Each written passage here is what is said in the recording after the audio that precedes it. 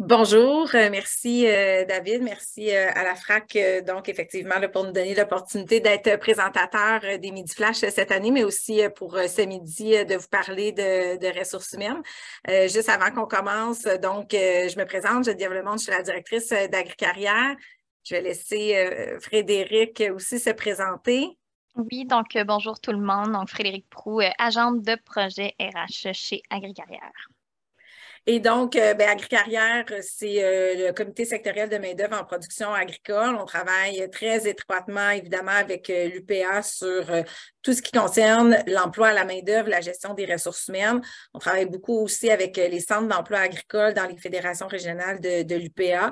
On va d'ailleurs vous en parler un peu aujourd'hui.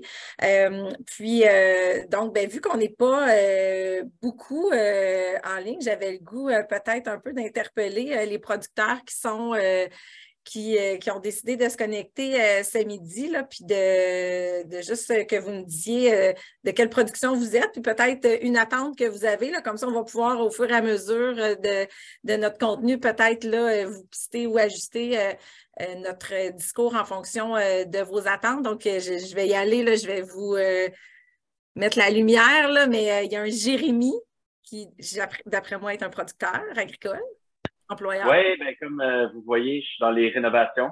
Fait que Super. assez peinturé et tout. Fait que moi, dans le fond, je suis là aujourd'hui pour je pense que c'est un défi tous les jours là, quand même, la rétention de la main-d'œuvre. Puis je pense que un peu avoir des trucs, des affaires qui ne sont pas nécessairement, sans dire coûteux, là, mais tu sais, de trouver une manière d'attirer la main-d'œuvre, de la retenir sans que ça coûte une fortune, parce qu'on va se dire, le salaire c'est pas toujours avantageux en agriculture, mais ça reste que c'est un enjeu parmi tant d'autres avec la rétention de la main-d'œuvre. Je pense pas que ce soit la priorité de tout le monde. Mais c'est ça. C'est un peu ça, dans le fond. Voir quelques trucs qui vont plus loin que augmenter le salaire et OK. améliorer la qualité. Merci. Et tu es de quelle production? Ah, je suis en production maraîchère. Maraîchère. OK, excellent. Ouais. Merci. Maxime? Oui, salut. Allô? Je suis en production laitière. On est à Whedon, en Estrie. On fait aussi du fonds de commerce. On emploie on fait pas mal tout avec nos propres moyens. On a de la jeune relève là, qu'on fait travailler, neveux, nièces, durant l'été pendant que l'école n'est pas, il n'y en a pas. Puis, mettons, on peut pas dire qu'un jour, on n'en aura pas. Fait que ça pourrait être utile plus tard, là. Comme c'est là, on réussit à faire notre routine avec les gens qu'on a. On est, comme c'est là, trois temps plein, même quatre, là. Quatre et demi. Fait que, non, c'est ça. Puis c'est tout frères, sœurs, chum, blonde, là. Fait qu'on on s'entraide demain. OK, parfait. Donc, peut-être main-d'œuvre Grosse famille. à venir. Ouais. Excellent, merci. Puis, Amélie, j'ai vu que tu avais écrit dans le chat, là, peut-être un petit problème de connexion ou de son. Donc, j'ai lu main-d'œuvre, production laitière, puis avoir des trucs ou en tout cas discuter de maintien et développement de la rétention là, d'employés que vous avez chez vous. À moins que tu avais d'autres choses à ajouter, mais je pense que peut-être que l'audio, peut-être pour ça que tu as écrit dans le chat. Donc, puis là, pour l'instant, là, en tout cas, du reste, là, je pense que c'est des gens de l'interne, mais s'il y en a d'autres qui se joignent, là, on pourra les questionner. Donc, Frédéric, tu peux peut-être mettre la présentation, merci. Ce qu'on va vous entretenir dans les prochaines minutes, puis répondre évidemment à vos questions. Puis vu qu'on est un petit groupe, là, n'hésitez pas à lever la main ou à juste ouvrir votre micro là, sans problème. On n'est pas obligé d'attendre à la dernière, à la fin de la présentation.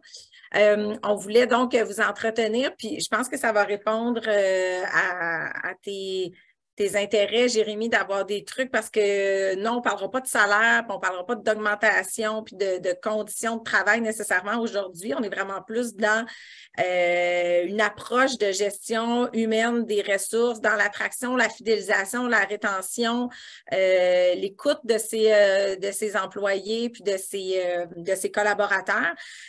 Donc, avant de rentrer un peu plus dans notre contenu, on voulait vous faire visionner une petite capsule vidéo. À tous les ans, on développe le concours Ma ferme, mon monde. En fait, on le déploie à chaque année pour partager des bonnes pratiques en gestion des ressources humaines. Puis, on trouvait, la vidéo qu'on va vous partager, on la trouvait intéressante pour plein d'aspects. Fait que je vais laisser Frédéric la rouler, puis je vous reviens tout de suite après. Je suis propriétaire ici des entreprises de cactus suerie depuis 1976 avec ma conjointe Pierrette Martel. Je suis à Sainte-Madeleine, dans le fond, dans la région de Saint-Hyacinthe, qui est une région agricole. Le cactus fleuri produit des plantes gyrophytes, des plantes qui ont besoin de peu d'eau, peu d'entretien. C'est notre production principale. Ça fait depuis 43 ans qu'on en produit. Au cactus fleuri, on a à l'année une vingtaine de personnes qui travaillent. La majorité, on est sur une période de 7 jours. Puis les gens viennent de différents milieux, de différentes façons de faire. Mais ce qui est sûr à l'heure actuelle, c'est que quelqu'un qui est intéressé à travailler dans les plantes, on va l'accepter ici s'il s'intègre dans notre structure salariale naturellement. Bien, en général, moi, quand j'engage maintenant, je fais un essai d'une journée. Je rencontre la personne pour voir si on est compatible, si le milieu lui convient. J'ai des gens des Africaines qui travaillent ici, puis ils disent « Ah, ça me rappelle mon pays, j'ai l'impression d'être un petit peu chez nous. » Puis c'est ça. En général, les gens aiment le côté lumineux, le côté vivant. Moi, j'ai voulu travailler parce que quand j'étais en Afrique, j'ai travaillé dans l'agriculture. Moi, j'aime beaucoup de choses ici. Ouais. Moi, j'aime mon patron, ma patronne, de la manière qu'ils agissent avec nous là. J'aime beaucoup.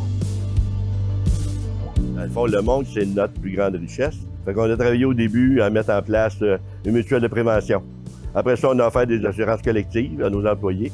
Puis, en même temps, bien, on s'assure de pouvoir répondre à leurs attentes. Fait que depuis maintenant quelques années, là, je fais affaire avec le Centre d'emploi agricole ici à Montérégie pour offrir un service plus régulier. C'est-à-dire qu'il y a ici, à tous les mois, quelqu'un qui vient pendant une demi-journée pour pouvoir jaser avec les employés puis définir avec eux autres c'est quoi les défis dans lesquels on est. S'il y a des choses qui vont pas bien ou qui ont besoin dans un secteur puis qu'ailleurs il y a moins besoin, bien, on essaie de se regrouper pour faire une équipe. Ça, c'est mon but. Bien, le défi qu'on avait, c'est on est comme tout le monde. Là. Il y a 10 ans, j'avais pas de problème de main-d'œuvre. Il y avait des gens ici qui se promenaient là, puis qui venaient nous voir, puis je veux travailler chez vous, je veux travailler chez nous. Depuis 5 ans, c'est plus compliqué.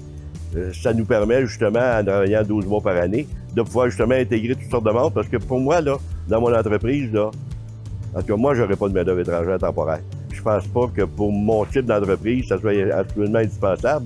Peut-être que pour d'autres producteurs, c'est indispensable. Mais je vais tout faire pour m'assurer que les travailleurs qui viennent ici, ils soient heureux dans ce qu'ils ont à faire. Bien, nous, le programme d'apprentissage en milieu de travail, ça nous permet de se remettre en question par rapport à nos pratiques. Puis des fois, bien, on peut changer notre façon de faire. Ça nous aide à améliorer nos façons de produire, puis de donner la matière aussi, parce que c'est surprenant comment une tâche qui paraît si simple, comment il y a tellement de choses à décortiquer. Moi, je dis tout le temps, c'est comme quelqu'un qui fait du ski. On le regarde aller, ça a l'air tellement facile. Quand ça fait 40 ans, tu le fais. Mettons que c'est plus facile que la première fois. Et depuis le début, nous, on a travaillé avec toutes sortes de clientèles. On s'est donné des moyens. C'est sûr qu'ici, on est près des écoles, on est près de l'ITA, on est près de l'école professionnelle. Fait que c'est sûr qu'on est toujours dans le milieu des jeunes, mais en même temps, il faut être ouvert à pouvoir faire plus. Puis nous, on pense que partager cette expérience-là avec d'autres pourrait permettre à d'autres de trouver dans nos façons de faire une façon de pouvoir démarquer leurs entreprises à travers les défis qu'on a aujourd'hui.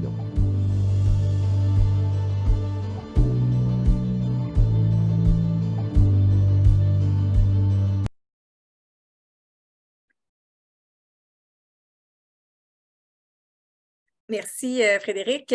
Puis, avant pour ça, j'ai vu qu'il y avait un autre participant qui s'était joint, Samuel.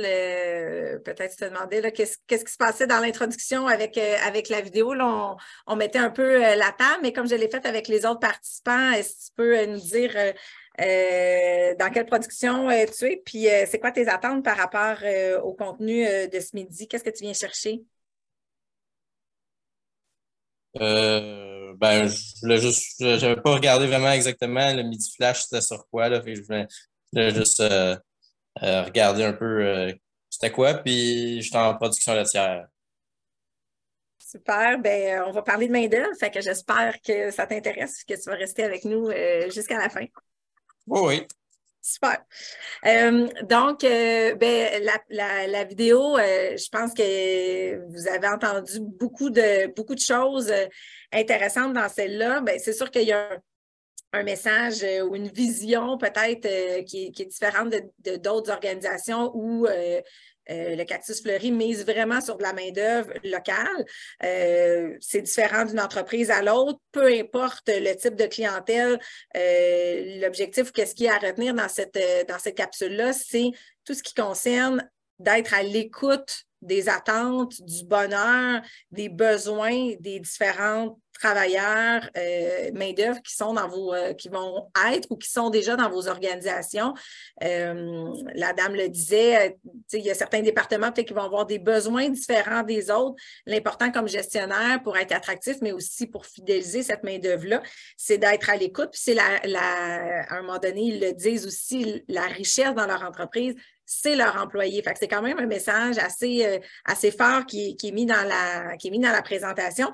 Puis, nous, pour avoir un peu de background aussi de l'histoire puis de l'organisation en gestion des ressources humaines de cette organisation, de cette entreprise-là, il y a eu à un moment donné, c'est ça, une prise de conscience où les entrepreneurs, les propriétaires se sont dit il faut qu'on se structure, on a des enjeux au niveau de la communication, on a des enjeux au niveau des rôles et responsabilités, ça grossit, on a plus d'employés, tout le monde n'a pas les mêmes attentes et c'est à ce moment-là qu'ils sont allés chercher les services du Centre d'emploi agricole. Et bien, c'est justement ce qu'on voulait mettre un peu en mettant la table avec cette vidéo-là. Frédéric, tu peux passer à la prochaine diapo si on se disait, bien, tout ce qui est autour justement de la supervision au quotidien, parce qu'une fois qu'on a attiré des talents chez nous, puis qu'on ait 2 ou 50 ou 100 employés ou qu'on n'en ait pas encore, mais qu'on pense avoir besoin de travailleurs éventuellement, ce qui va faire la différence, c'est vraiment ce qui va se passer au quotidien dans l'entreprise, parce qu'on peut être super attractif comme entreprise pour avoir une belle marque d'employeur, mais c'est après ça dans le quotidien, puis comment que les choses sont vraiment vécues, ça se passe pas bien, bien, les gens, ils resteront pas. Donc, il faut les attirer, mais il faut aussi les fidéliser. Nous, on a décidé de faire l'analogie dans la présentation d'aujourd'hui avec l'analogie d'un chef d'orchestre. Donc, on s'est dit, bien, un chef d'orchestre a la responsabilité donc de ses musiciens. Puis, ça peut bien aller ou ça peut commencer à fausser pas mal si il y a certaines habiletés qui sont pas maîtrisées. Donc, on va vous partager les 4 habiletés qu'on a mis en lumière là, dans notre préparation d'atelier. On va se séparer ça, moi puis Frédéric, là, pour s'alterner un peu là-dedans. Donc, mais globalement, ce sera... mais premièrement, avoir une vision de son orchestre. Donc, regarder son orchestre, tous ses musiciens, l'analogie avec tous vos travailleurs, puis avoir une vision globale de où ça va bien, où ça va moins bien, où je dois faire des actions. On va creuser un peu plus loin dans cette habilité-là. Indiquer le rythme, parce que, ben, comme un chef d'orchestre peut vouloir que sa musique aille plus vite, moins vite, qu'il y ait des changements de rythme. C'est vraiment le rôle du chef d'orchestre, donc de vous, comme producteur puis comme employeur, d'indiquer un peu où on s'en va, puis dans quelle direction, puis à quelle vitesse. Avoir l'oreille musicale, ça va être la 3e habilité qu'on va vous parler. C'est beau d'avoir une orchestre puis que tout joue bien dans les apparences, mais la dernière rangée de musiciens, on a entendu quelque chose qui va peut-être moins bien. Il faut tendre l'oreille puis avoir des yeux et des oreilles un petit peu partout. Donc ça, c'est avoir l'oreille musicale. Et finalement, faire preuve de leadership de façon générale, parce que si le chef d'orchestre en avant, les gens ne veulent pas le suivre, bien, ça se peut qu'il ne monte même pas sur le stage pour faire le concert. Donc, il faut que ce leadership-là soit là pour que l'orchestre ait le goût de faire le spectacle, encore une fois, pour que vos employés aient le goût d'être là tous les matins puis de contribuer à votre organisation. Alors, ben, je commence par céder la parole à Frédéric là, pour la première habilité.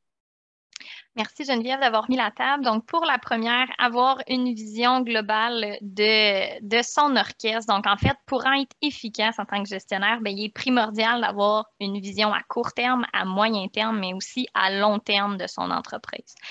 Puis, bien que ça peut paraître parfois intimidant de faire l'exercice, bien, établir une structure organisationnelle, donc bien définir la structure de son entreprise, c'est vraiment essentiel.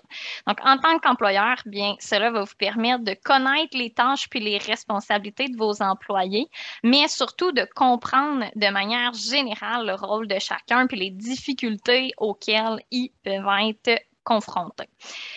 Aussi, peu importe le nombre d'employés que vous embauchez, puis même que ça soit familial, leurs fonctions doivent être claires et précis.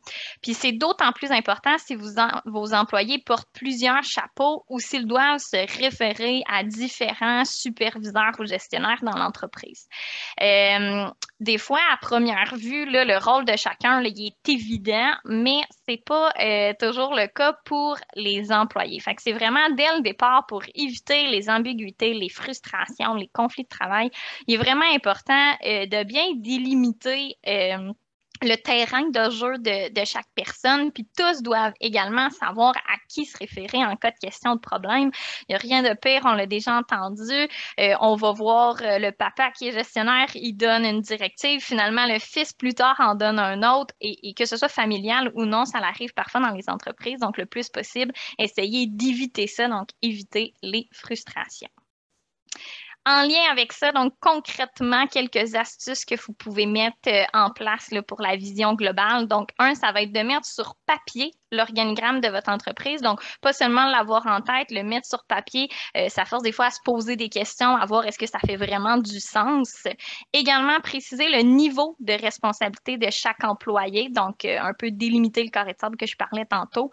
Puis également, rédiger des profils de poste. Parfois, quand on est une petite entreprise, on ne le pense pas sur le coup à faire l'exercice, on attend, puis justement, ça devient trop gros à un moment donné, puis on ne sait plus par quel bout le prendre. Donc, souvent, c'est bien, même quand on pense qu'on est plus petit puis qu'on n'a pas besoin de le faire, de se préparer.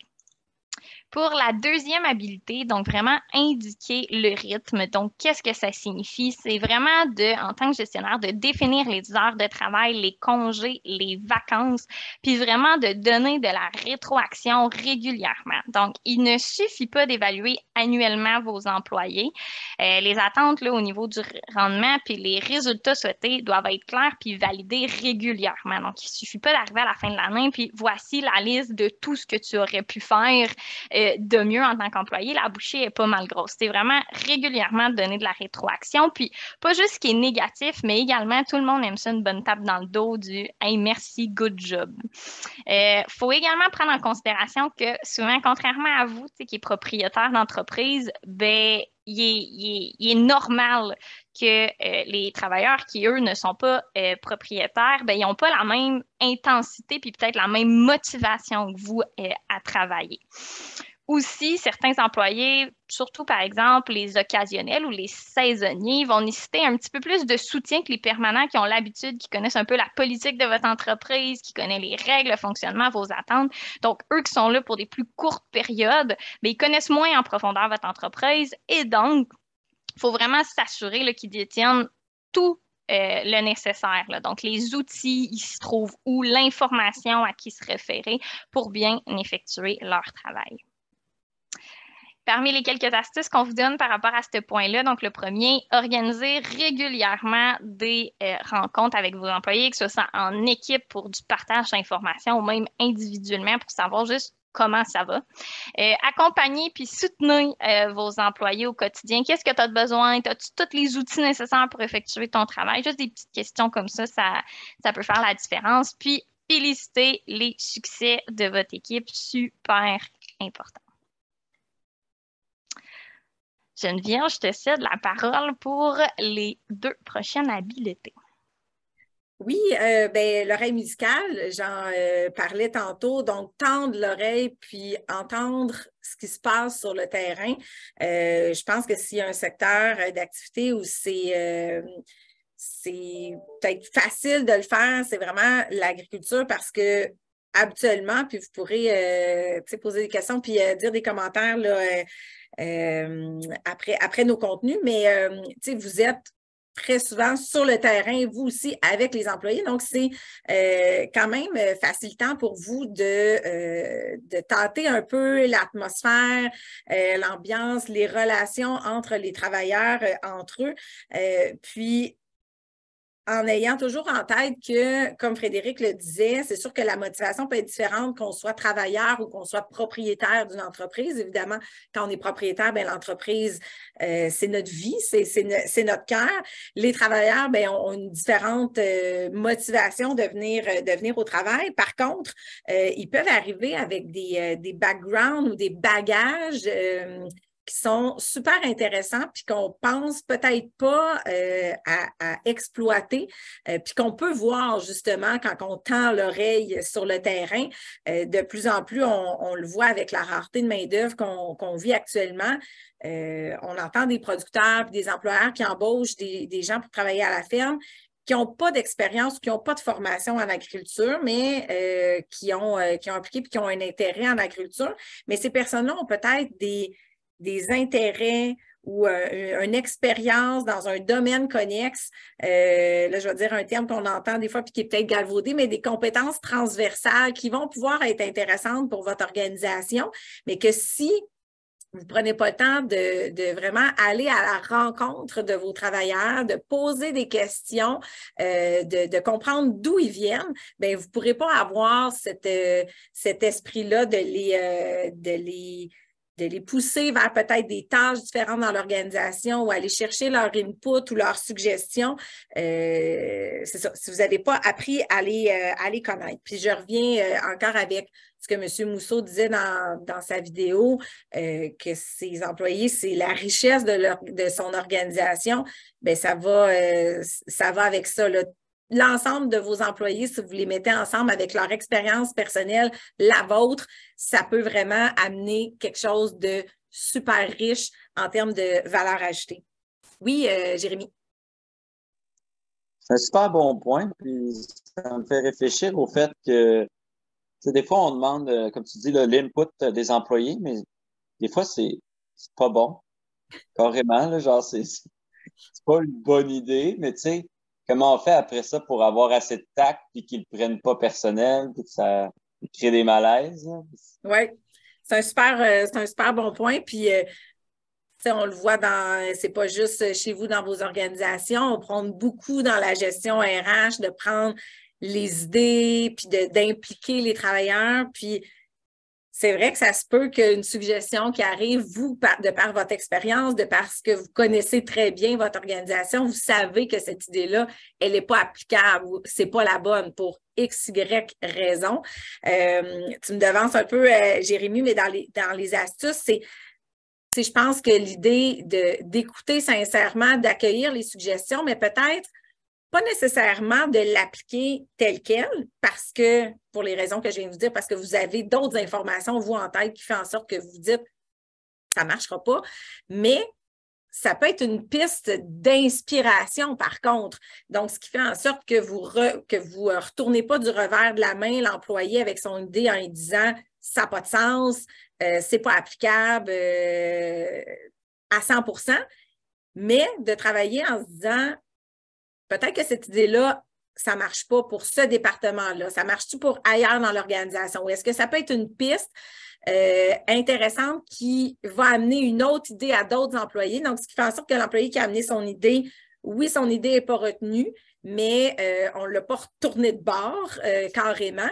Puis, mais il faut avoir aussi l'ouverture comme employeur parce que oui, ça peut être vrai que l'idée n'est pas bonne, mais on est bon là-dedans aussi quand on est des leaders comme vous l'êtes dans vos organisations. On est bon pour avoir comme en tête où est-ce qu'on veut aller, puis être un peu... Puis là, tu sais, je ne veux pas, lancez-moi pas des tomates, là, mais être un peu avec nos œillères on sait qu'on s'en va là, puis on a notre chemin, puis on ne veut pas dériver. Mais des fois, de juste s'arrêter aussi, puis de prendre, nous aussi comme employeurs, vous comme employeur, le recul, puis de se dire, OK, là, à première vue, ce que j'entends sur le terrain ou les idées, les suggestions, je les aime pas.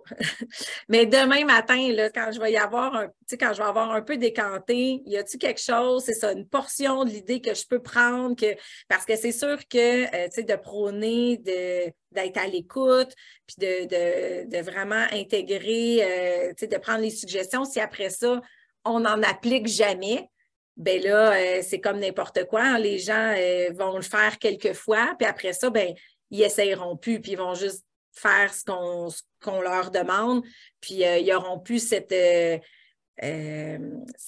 énergie-là de vous amener des nouvelles idées si elles ne sont jamais prises. Frédéric, tu voulais-tu rajouter quelque chose? Oui, ben, je trouve ça un super bon point de dire justement des fois de réfléchir avant de dire tout de suite non, quoi que ce soit, de dire je te reviens, laisse-moi y penser. Puis même si après ça fait toujours peut-être pas de sens l'idée, moi je trouve une des bonnes techniques, c'est de les mettre les enjeux devant la table, devant l'employé, que ça soit pas seulement un non, ça fonctionne pas, mais j'ai entendu ton idée, je la trouve bonne, mais voici mes enjeux. Ou, OK, mais qu'est-ce qu'on fait pour telle raison? Pour niveau de sécurité, qu'est-ce qu'on pourrait faire? Puis des fois, par lui-même, l'employé va se rendre compte que c'est vrai que ça fait aucun sens ou l'idée que je viens de donner coûte 1 million, c'est sûr qu'il y en a une moins chère et plus efficace. Fait que, des fois, c'est de même les faire réfléchir pour qu'eux-mêmes arrivent avec un « ouais, c'est vrai que ça fait pas de sens ». Ça fait moins mal des fois à l'orgueil, puis on se sent un petit peu plus écouté, puis on se dit, oh mon Dieu, OK, au moins, il a vraiment pris en considération mon idée, puis pour tel paramètre, ça ne fonctionne pas. Fait que ça va vraiment dans la lignée des astuces que vous voyez déjà à l'écran, prôner la transparence. Fait que Frédéric, tu viens de le dire, tu sais, de mettre les choses sur la table, comme on dit, les enjeux, puis les freins, puis les obstacles que vous avez comme employeur face aux idées puis aux suggestions qui sont mises sur la table. Comme je disais, accueillir les commentaires, prendre le temps, décanter, mettre en place certaines idées ou certaines portions d'idées, parce que sinon, on tue la créativité malheureusement. S'abstenir de toujours vouloir avoir raison, comme je disais tantôt, c'est d'avoir son idée puis de ne pas vouloir en déroger. Puis on faisait un événement il n'y a pas longtemps avec un consultant qui nous disait, puis là, je vais le citer, là, parce que merci Frédéric d'avoir mis il nous disait, dans le fond, il faut se mettre en mode plus d'écouter pour comprendre et non d'écouter pour répondre. Puis on a trouvé ça bien le fun, Frédéric et moi, parce que c'est vrai que souvent, quand des gens nous parlent, que ce soit vos employés ou même des gens dans vos familles au niveau de la relève, bien, souvent on est porté à écouter la personne, mais tout de suite préparer notre réponse. Et je vais tout de suite dire que ça ne marche pas, ou je vais tout de suite... tandis qu'on devrait, dans notre optique d'avoir l'oreille musicale, prendre le temps, donc vraiment d'écouter juste pour comprendre, puis de ne pas tout de suite se forger notre réponse, quitte à avoir, après l'intervention de l'employé, peut-être un silence ou dans la transparence de dire « OK, bien là, j'ai tout écouté ce que tu m'as dit, je n'ai pas la réponse présentement, il faut que je décante, il faut que je réfléchisse un peu à ce que tu m'as dit, puis je vais te revenir. » Au lieu de vouloir tout de suite avoir la réponse, puis d'être dans l'efficacité, puis dans la rapidité. Donc, prendre le temps. Écouter sans jugement, c'est un peu aussi ça qu'on a dit, là, vraiment prendre le temps, écouter aussi selon les parcours, selon le parcours de vie donc de vos travailleurs, ils ont vécu différentes choses. Donc, ce qu'ils apportent, c'est en fonction de ce bagage-là. Donc, il faut être à l'écoute sans juger parce que nous, on a probablement eu un autre parcours dans notre vie. Donc, nos réflexions se forgent différemment dans notre cerveau comparativement. Tout le monde est différent, c'est ça la beauté de la chose. Puis, réduire ses propres distractions. C'est un petit truc plus pratico-pratique, mais on s'est dit, on le laisse parce que on le voit quand même souvent, puis on le fait tous, là. Oui, d'écouter, d'être dans une réunion d'équipe ou avec vos employés, mais de faire 1001 choses en même temps. On répond à un courriel, à un texto sur notre cellulaire. Fait que oui, on a dit qu'on a bien écouté puis qu'on a fait une réunion d'équipe puis que tout le monde pouvait dire ses idées, mais on a-tu vraiment écouté puis on a-tu été un exemple aussi de bon gestionnaire qui prend le temps vraiment de s'asseoir et de prendre un moment de qualité avec ses gens, avec ses équipes, avec ses troupes pour être présent dans le moment présent. Donc, nos petits appareils cellulaires et compagnie sont bien bons pour nous distraire de ça. Donc, ça, c'est un petit truc qu'on voulait vous partager. Quatrième, habilité, faire preuve de leadership. Puis j'ai le goût, si ça vous tente, d'écrire que vous écriviez dans le chat, là, vraiment live de même, c'est quoi le type de leadership que vous pensez que vous avez, vous, dans votre organisation?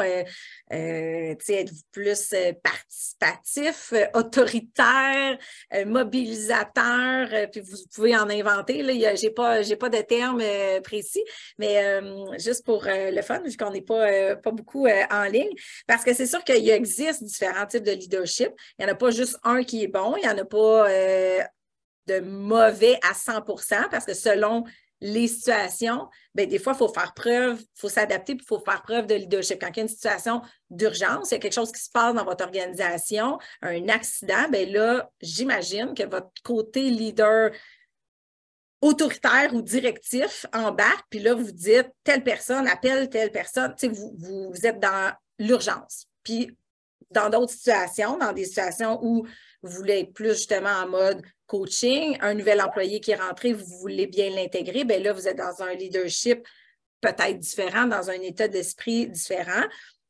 Donc, selon les situations, bien évidemment, ça va s'adapter, mais ce qui est à retenir dans tout l'aspect du leadership, c'est que c'est vous qui allez donner le ton. Puis la personne écrit dans le chat, là, écrivez, là, qu'est-ce que vous pensez que vous êtes comme dans vos équipes de travail.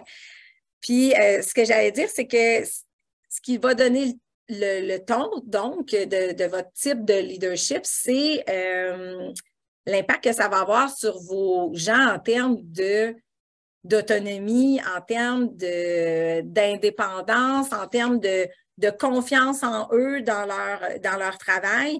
Si le leader d'une organisation est toujours en mode vous n'avez pas le droit de rien faire tant que je l'ai demandé, tant que je ne l'ai pas demandé, puis tant que je n'ai pas validé, puis bien là, encore une fois, on tue un peu l'aspect bien-être au travail, puis que je sens que je peux contribuer, puis que je peux amener des idées, puis que j'ai du plaisir. Donc, faut être en mode ajustement au fur et à mesure de votre carrière puis des situations, ça va se prêter. Puis, définir aussi vos attentes, puis on peut y aller même dans les astuces en même temps, Frédéric. Comme je disais, bien, si vos employés savent où vous en allez, c'est quoi que vous attendez d'eux aujourd'hui, demain, mais aussi avec une vision un peu plus long terme. Si vous communiquez aussi vos attentes de façon régulière, parce qu'évidemment, elles vont changer très certainement. Là, nos idées, des fois, changent, puis notre enlignement change, puis on doit le communiquer régulièrement aux employés. Si vous prenez aussi le temps, comme on l'a dit tantôt, de prendre des pas de recul, des fois pour décanter certaines situations avant d'arriver avec des réponses, bien, vous allez être dans un leadership, merci la Christine qui dit un leadership, mobilisation positive, vous allez être justement dans un mode disponible, positif, vos employés vont vous amener beaucoup plus loin que la tâche restreinte qu'ils avaient à faire avec ce type d'ouverture-là. Ils vont vous amener aussi dans de l'amélioration continue.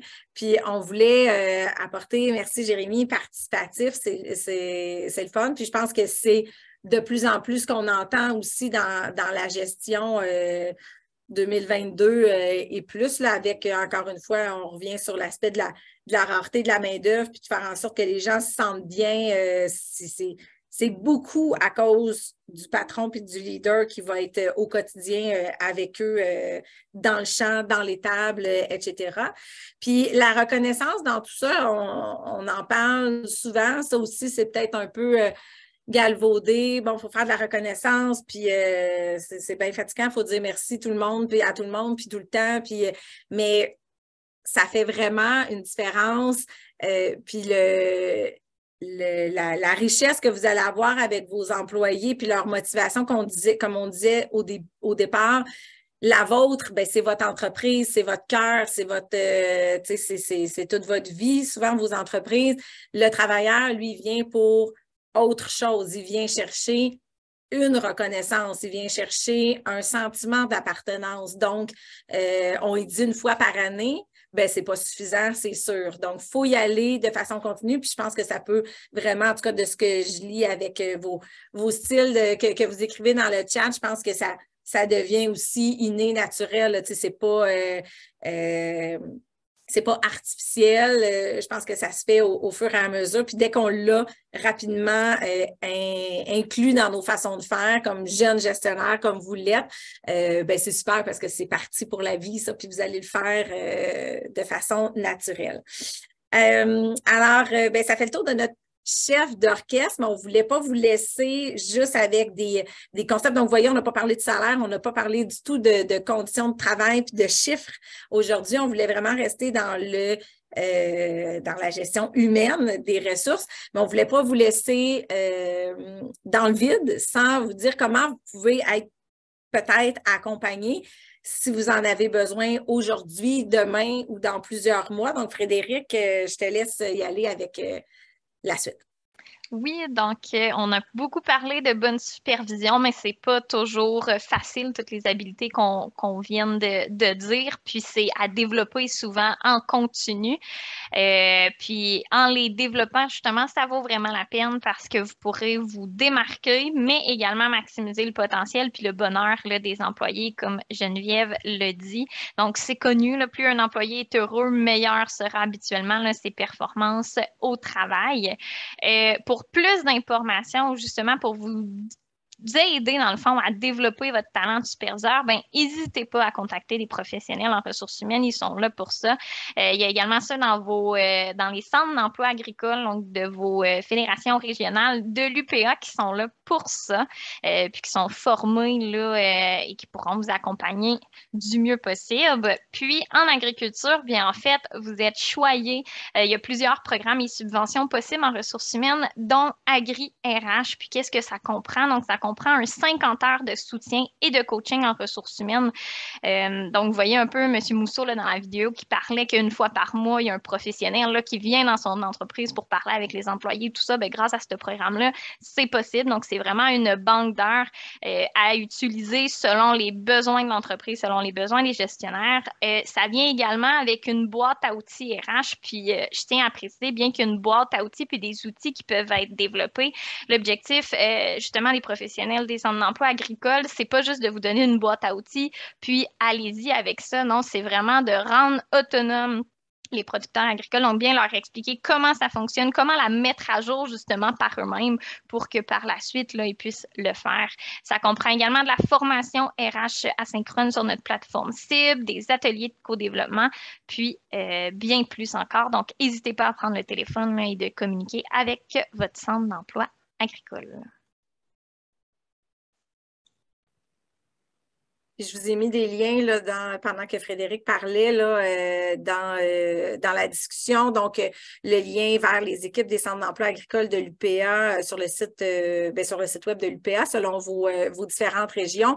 Le site aussi, l'espace d'apprentissage cible d'agricarrière où il y a beaucoup de contenu de formation diverses, mais il y en a sur les ressources humaines.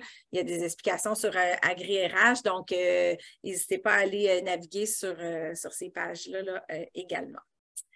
Alors, merci Frédéric pour la clôture aussi. Alors, il nous reste quelques minutes. S'il y en a qui ont des questions, des commentaires ou des enjeux de main-d'œuvre qui veulent partager, la parole est à vous. Vous avez des questions aussi là, sur des situations spécifiques, là, donc sur votre ferme. Je suis sûr là, que Frédéric et Geneviève pourraient au moins tenter une réponse. Voilà, profitez de ce moment-là. Sinon, autrement, merci beaucoup. Merci d'avoir été là. Puis,